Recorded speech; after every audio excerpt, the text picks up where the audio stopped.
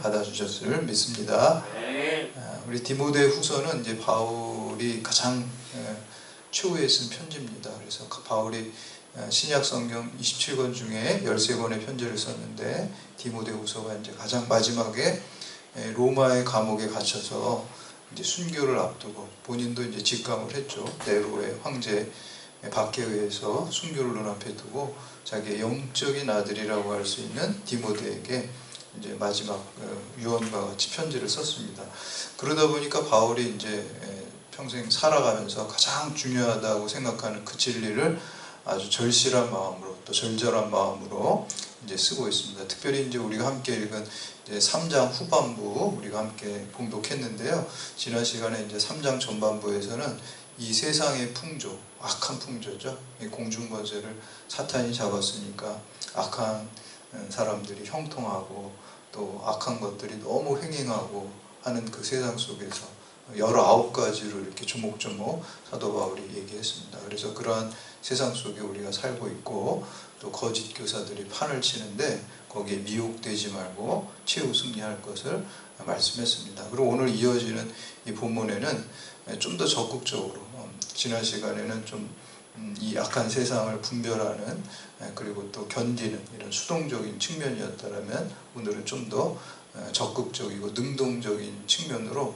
하나님의 사람으로 온전하게 되려면은 우리가 어떻게 해야 되는가 하는 것을 말씀하고 있습니다. 그래서 오늘 말씀을 통해서 우리가 말세 중에 말세를 살고 있습니다.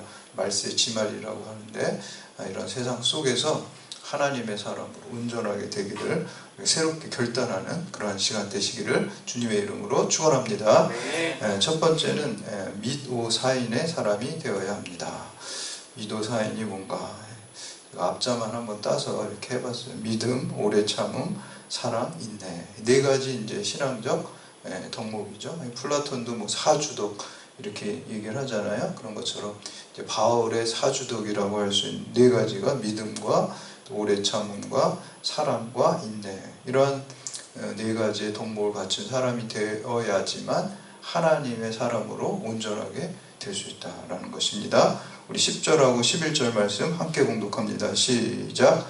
나의 교훈과 행실과 의함과 믿음과 오래 참음과 사랑과 인내와 박해를 받음과 고난과 또한 안디옥과 이고니온과 루스드라에서 당한 일과 어떠한 박해를 받은 것을 내가 과연 보고 알거니와 주께서 이 모든 것 가운데서 나를 건지셨느니라. 아멘.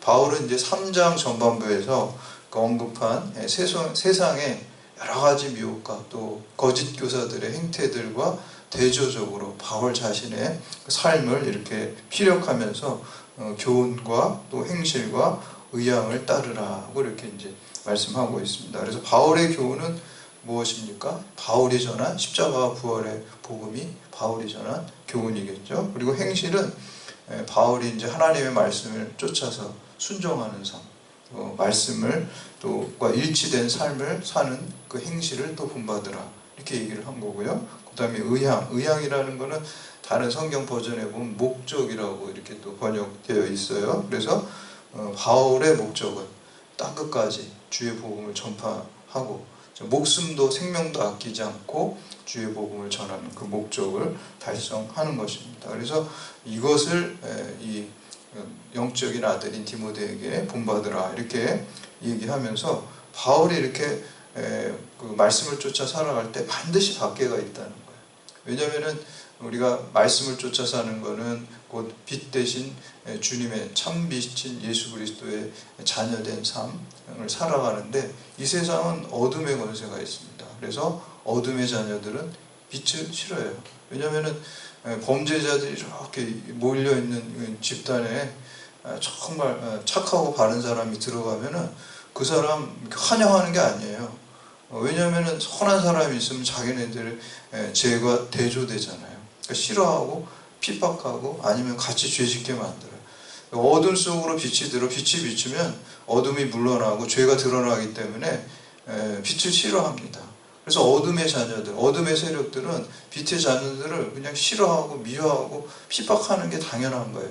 그래서 예수님께서도 그 핍박받는 거를 이상하게 여기지 말라. 내가 먼저 핍박을 받았는데 너희도 그렇게 될 것이다. 이렇게 말씀하셨잖아요. 그래서 오늘 말씀해 보니까 그런 핍박이 있고요. 특별히 이제 세 개의 지명이 나옵니다. 안디옥과 이고니온과 루스드라. 바울이 1차 전도 지역에서 막 그냥 죽을 뻔하고 막 돌에 맞아서 죽은 것처럼 되고 이런 고난을 받은 장소예요. 그런 고난이 많이 있다라는 것을 디모데에게 말해주면서 네 가지 믿음과 오래 참과 사랑과 인내 이것을 꼭 반드시 지켜야지만 하나님의 자녀로 온전하게 된다.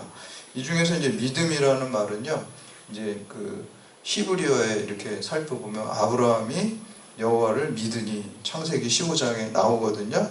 근데 그 원어 이제 히브리어를 이렇게 보면은 아만이라는 단어예요. 아만. 아멘하고 좀 비슷하죠. 어근이 좀 비슷해요. 아만. 이건 뭐냐면 기댄다, 의지한다는 거예요. 아브라함이 믿었다는 거는요, 아만이라는 단어는 하나님께 기대는 거예요. 하나님을 의지하는 거예요.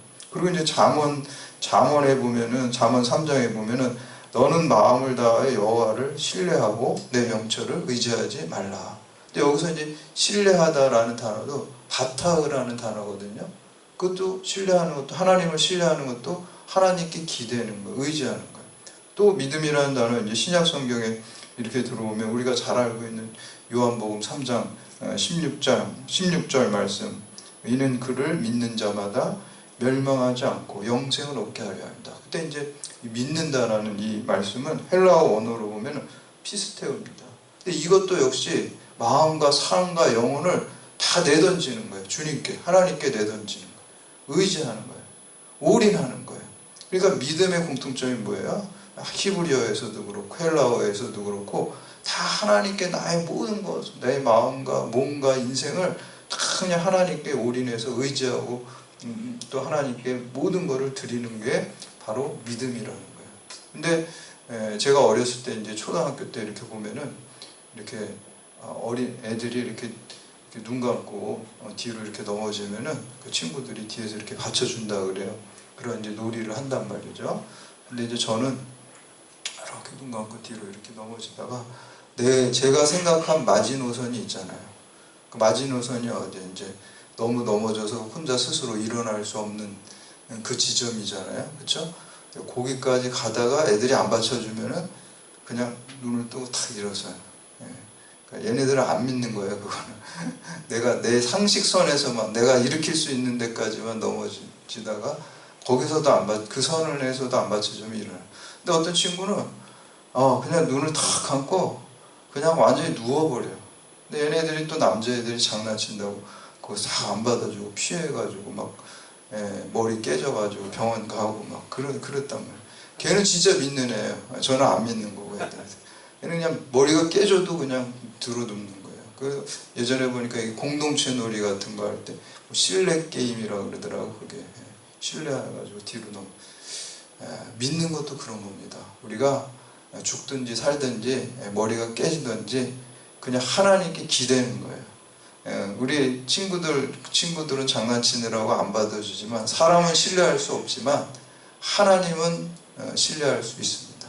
하나님은 반드시 약속을 지키시고 하나님은 우리를 끝까지 지켜주시고 보호해 주실 줄 믿습니다. 그러니까 우리 인생을 다 하나님께 기대고 하나님께 드리면 되는 거예요. 그래서 여러분들 그 다니엘의 세 친구 있잖아요.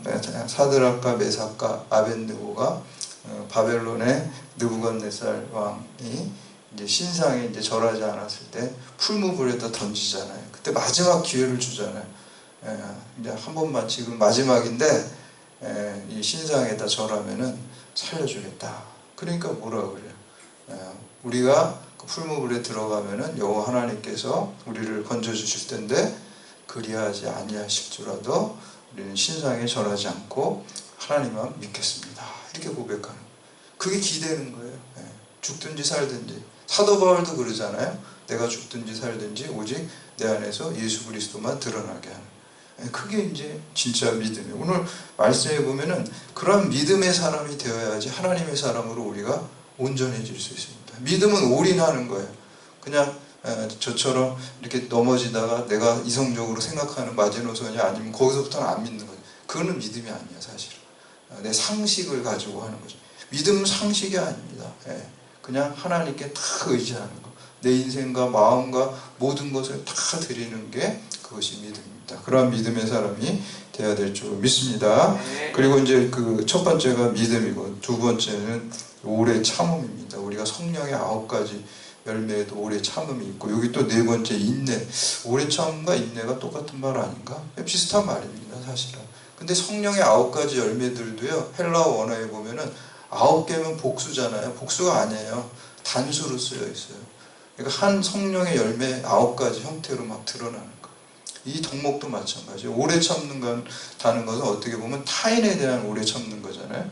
누군가 나한테 신뢰를 범하고 하는 사람을 참는 거. 그런 좀 의미가, 뉘앙스가 있고요. 인내라는 건 어떤 환경적인 데서 내가 꼭 참고, 그러니까 약간 뉘앙스는 다르지만 같은 비슷한 말입니다. 그리고 또 사랑. 사랑이라는 건 아가페입니다. 원어에 아가페. 하나님은 사랑이시다. 그래도 하나님은 아가페다. 그러니까 인간적인 사랑이 아니라 예수 그리스도께서 십자가에서 보여준 그 사랑, 영원한 사랑, 변하지 않는 사랑, 그 사랑을 우리가 가질 때 이 네 가지 덕목, 믿음과 오래 참음과 사랑과 인내, 네 가지 덕목을 갖추게 될 때 우리가 하나님의 사람으로 온전하게 될 줄로 믿습니다. 두 번째는 박해에도 굴하지 않고 경건하게 살아야 됩니다. 우리 12절에서 14절 말씀 함께 공독합니다. 시작. 무릇 그리스도 예수 안에서 경건하게 살고자 하는 자는 박해를 받으리라. 악한 사람들과 속이는 자들은 더욱 악하여져서 속이기도 하고 속기도 하고, 너희는 너희 배우고 확실한 일에 거하라. 너는 내가 누구에게서 배운 것을 알며. 아멘. 예수 안에서 경건하게 살고자 하는 자는 반드시 박해를 받는다. 이상하죠? 내가 바르게 살고 선하게 살고 정직하게 살고 그러면 내가 더 형통해야 되는데 왜 박해를 받고 어려움들이 있을까요? 왜냐하면 세상이 악하기 때문에, 세상이 아직 종말이 오지 않았기 때문에. 그래서 성경에서는 악인의 형통을 부러워하지 말라, 그렇게 얘기를 하고 있어요. 그 말은 뭐예요? 세상에는 악인이 형통하다는 거예요. 그렇죠? 여러분들 이렇게 신문이나 TV나 이런 세상을 보면은 악한 사람이 잘 됩니까? 못 됩니까? 잘 되는 게 많은 것 같아요, 솔직히. 잘 되는 게 많아. 선한 사람 피해보고 막 저렇게 하는 것 같아요. 예전에 제 선배 목사님이 좀 부끄러운 얘기지만 그러더라고요. 좀 이렇게 목사님들 중에도 이렇게 좀 성품이 좀 이렇게 조금 약간 그런 분이 있고, 안 좋게 그런 분이 있고, 진짜 착하신 목사님도 있고 그렇잖아요. 근데 누가 그러더라고요. 제가 아는 선배 목사님. 야, 아무개 쟤처럼 이렇게 마음이 독하고 이런 애가 나중에 대형 교회에서 담임 목사하고 저렇게 착한 아주 또 목사님이 있어요. 너무 착한, 법 없이도 저런 애는 저 시골에 농촌에서 목회 그 얘기를 하더라고. 참 또 진짜 그렇게 되더라고요. 또 보니까. 뭐 다 그렇다는 건 아니에요. 또 오해하지 마세요. 그렇다고 뭐 큰 교회 목사님들 뭐 이렇게 하는 게 아니라 그 일리가 있다는 거예요. 그 말 속에. 세상도 그렇잖아요. 우리 경찰 조직에도 좀 그렇지 않나요? 거기다 비교하면 좀 비슷할까. 착하신 분들은 잘 진급 못해, 솔직히. 다 그런 건 아닙니다. 또 오해하지 마세요. 잠깐 양보하고 그러면 안 돼요. 막 그냥 뭉쳐짓고 막 해가지고 막 수단과 방법을 안 가려야지 좀 올라가고. 이상하죠. 근데 성경에 보니까 그게 당연하다는 거예요. 성경에 보니까. 이게 지금 성경적인 거예요, 세상이 지금. 성경 악한 사람이 막 잘 되고 막 자리 차지하고 선한 사람들은 밀리고.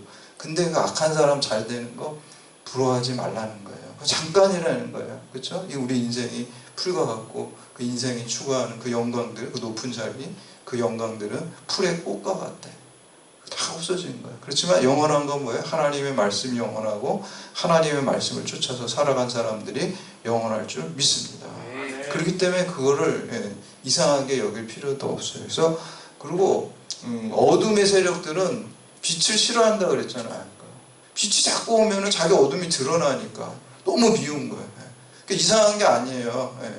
악당들 사이에서 내가 착한 사람이 내가 딱 들어가면은 그 사람들이 나를 좋아하고 환영하는 게 아니에요. 저걸 어떻게든지 죽이려고 그러고 그냥 핍박하려고 그래요. 그게 당연한 겁니다, 성경에.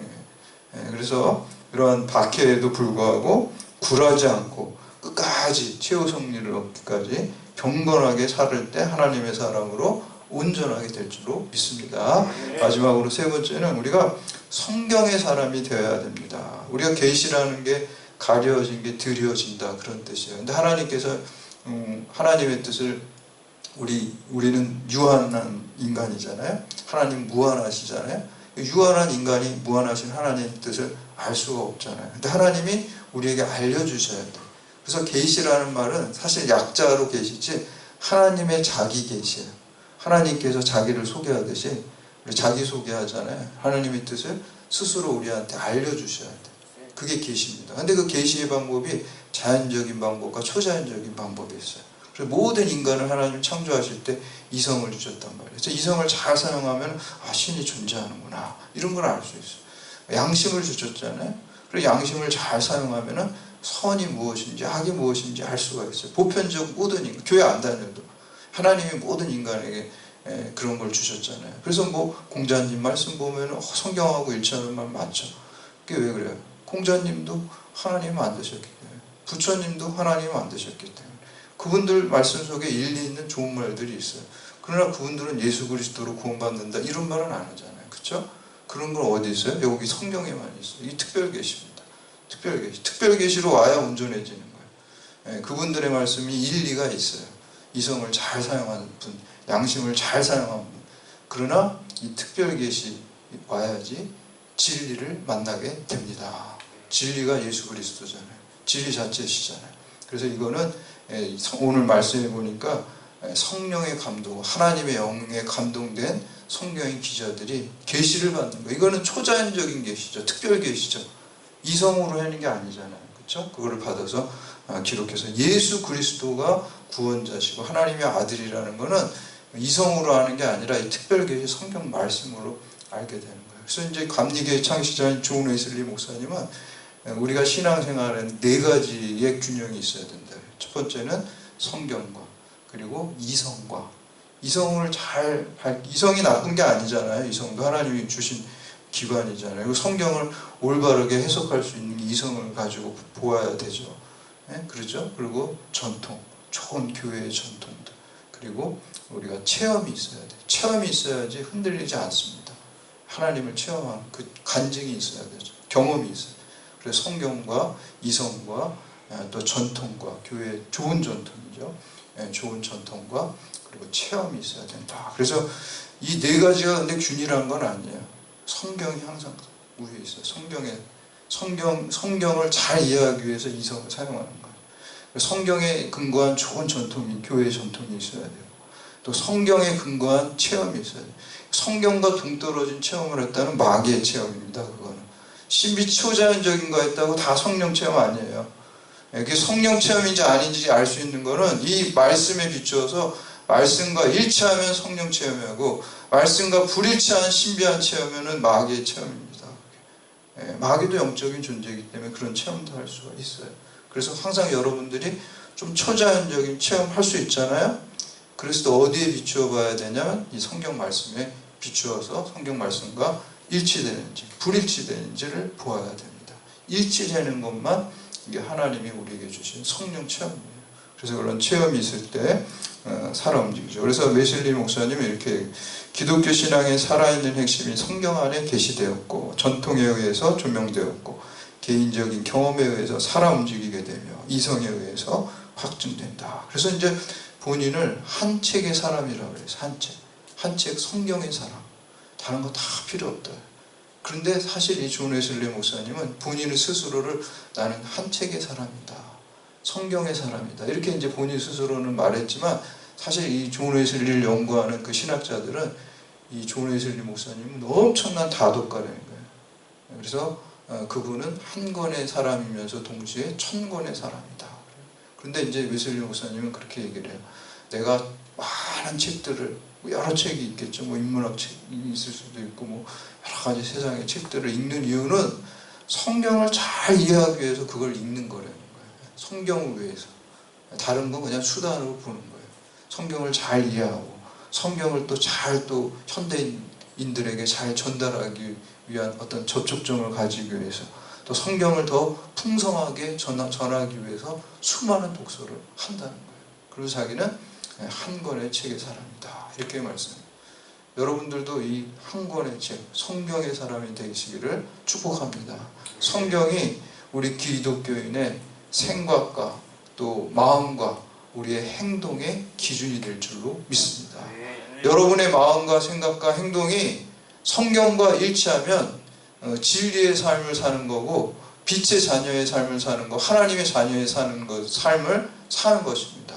그런데 만약에 여러분의 생각과 여러분의 마음과 여러분의 행동이 성경과 불일치하면 우리가 죄악 가운데 거하는 거예요. 하마르티아라는 게 뭐예요?